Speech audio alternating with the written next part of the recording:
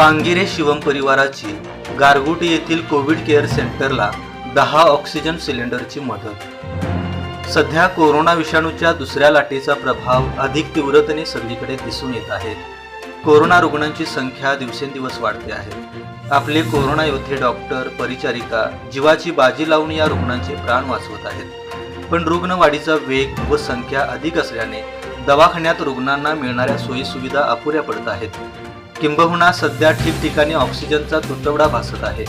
काही ठिकाणी ऑक्सिजन अभावी रुग्ण दगावण्याच्या घटनाही घडत आहेत। अशा कठीण काळात आपल्याकडून ही खारीचा वाटा म्हणून अल्पशी मदत व्हावी या उद्देशाने सामाजिक भान ठेवून गुरुवर्य इंद्रजित देशमुख काकाजी यांच्या प्रेरणा व मार्गदर्शनाखाली काम करणाऱ्या पांगिरे शिवम परिवाराकडून गारगोटी येथील कोविड केअर सेंटरला 10 ऑक्सिजन जम्बो सिलेंडर देण्यात आले।